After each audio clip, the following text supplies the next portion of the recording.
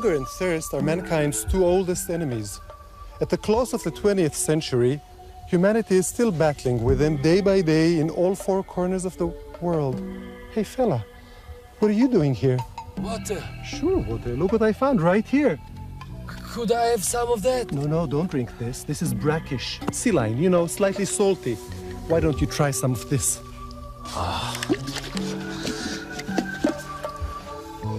What are you doing lying here in the sand? Get up! Hey, you don't have anything to eat, do you? Sure I do. Come right here.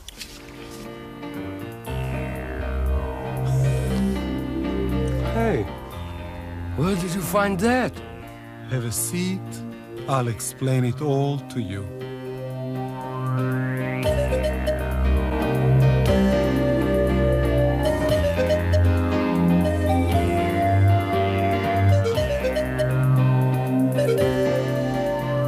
Man gets his food from the soil, from the earth. But there are still millions of acres which are not being used. In fact, mankind hasn't yet laid hand on most of the desert lands on this planet of ours. Okay, but what's that got to do with a tomato? Wait and see. Israel, for example, is right in the middle of one of those desert areas. It's called the Sahara. And the Negev Desert, which is part of it, makes up more than half of the whole country. But what's that got to do with... Hang in there just a moment. Okay. Israel is one of the world's leaders in advanced agriculture. Ever since the state was established, and even before that, we've been putting out a massive effort to combat our desert climate.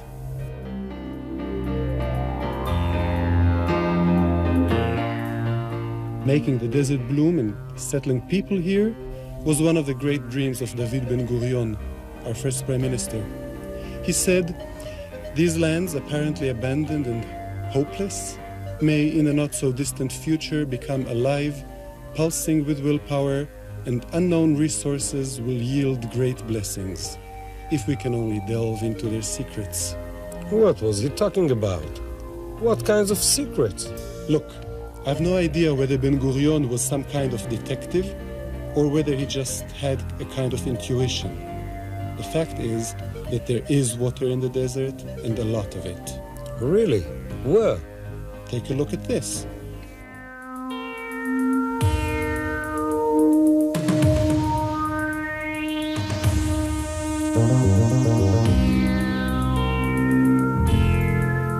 What's this? What's all this water?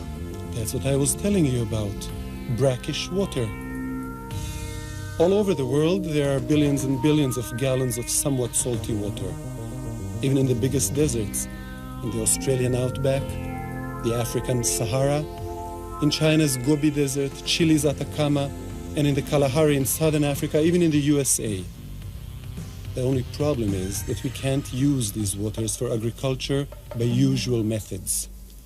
It's the salt which is bad for the plants and sometimes for the soil itself. So these waters turn out to be more of a curse than a blessing.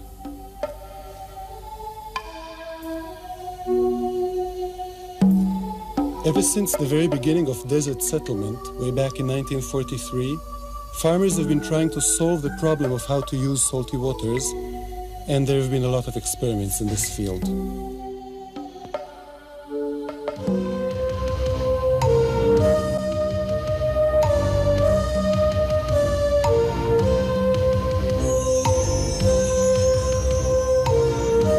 In 1980, farmers in the arid and sandy areas decided to set up a center, kind of experimental farm, which would serve all agriculture in the Negev Desert. Right in the middle of nowhere, where the loess topsoil, which is a light powdery soil carried and deposited by the wind, meets the sand dunes. Right here, they founded what's called Desert Agriculture Negev Experiment Center.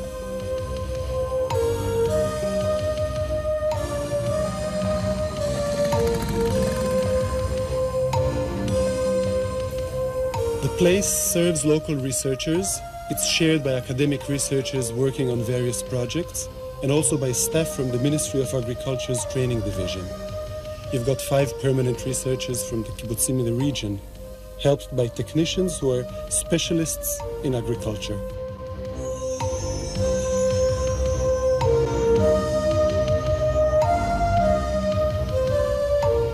If you want to know just how important all this is to the state of Israel, meet the founder of this experimental center, Yoel de Malach.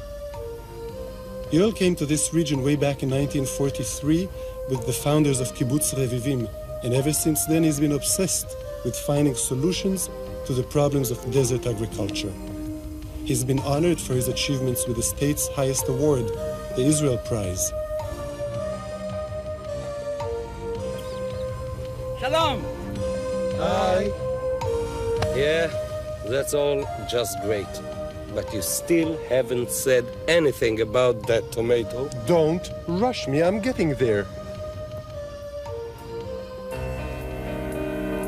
The major experiments being done here concentrate on the two principal problems of desert agriculture: sandy soil and salty water.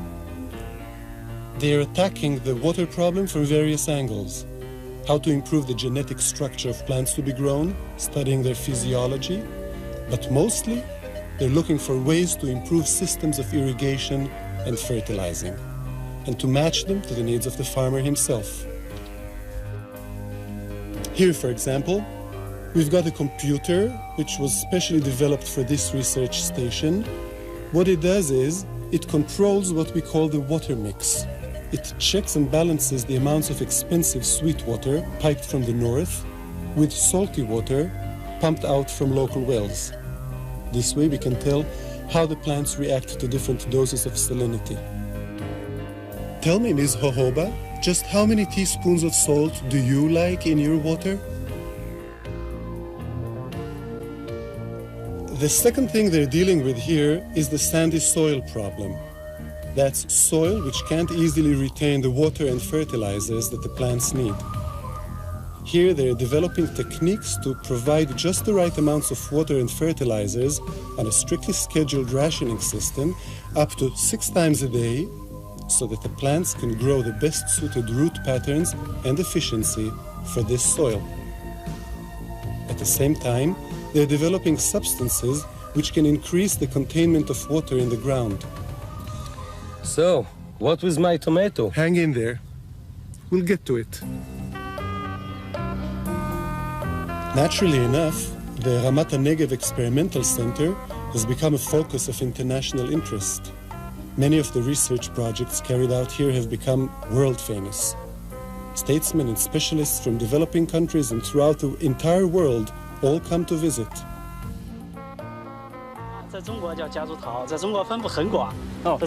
This is a plant that grows also in Israel. Yes. This is all over. We take it now for the cows. There was an Egyptian research team here for a period of several months, and as a result, farms have been set up in Egypt modeled on the systems they studied here. Everyone here wants closer ties with the Third World.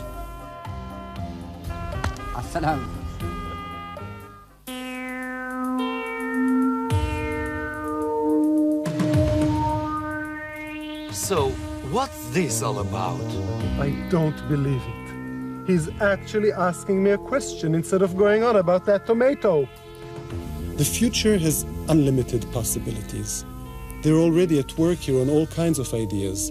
New genetic varieties of plants, for example, with tougher salinity resistance. Computerized irrigation systems for the exact rationing and mixing of sweet and brackish water. And the futuristic project, Remote Control Agrotechnics. This is a fully automated system which provides plants with the exact amounts of water and fertilizer they need, exactly when they need it, by monitoring their actual growth. And all this with no need for manpower. The moment they discovered the potential hidden in salty water, these guys here at the experimental center were faced with a host of possibilities. For example, they've already managed to grow vast fields of cattle fodder. One of the optimistic researchers here calls this field Little Holland. So, whose dream is this? It is no dream, my friend. This is a pear orchard, fed by brackish waters. Who knows? Maybe one day the entire Negev desert will be just one deep green sea of orchards. Don't go overboard. Next thing you'll be telling me is we'll be seeing racing boats around here. Boats, maybe not. But there'll still be plenty more fish to catch in this here sea. They're breeding and growing all kinds of edible fish. Saltwater fish in a natural temperature of 40 degrees Celsius, or 98 Fahrenheit. No doubt a great deal of effort. But today we're really beginning to see the first fruits of it all.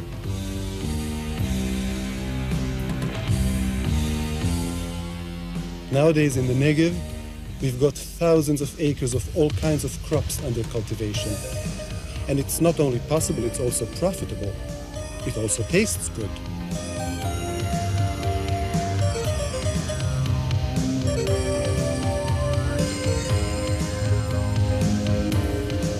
And if you can farm a place, you can sure live in it. In the US, in a desert area the size of the Negev, you'd be lucky to find more than a few families. Here we've got 3,000. Places like Retamim, Ashalim, Kadesh Barnea, they're all set up here as a result of agricultural development. And don't forget, most of the water used here is not drawn from Israel's main sweetwater resources. And that's how we finally get to your tomato. Just a few years ago, nobody in their right mind would have believed we could raise a tomato like this in a place like that. We call it the desert sweet. We export that tomato all over the world. You should see how it sells in Europe, like hotcakes. I tell you, this little fella is the best ambassador Israel ever had. And believe you me, this ain't the last word. You mean you got other kind of tomatoes here? I didn't say that. We still have a long way to go, but there's a great potential here. Once we get computerized and install more advanced equipment, which naturally means more ways and means, then we can branch out into all sorts of research fields. Now you tell me what kinds of crops we can develop here. You tell me. In the meantime, I sure have fallen for your desert sweet.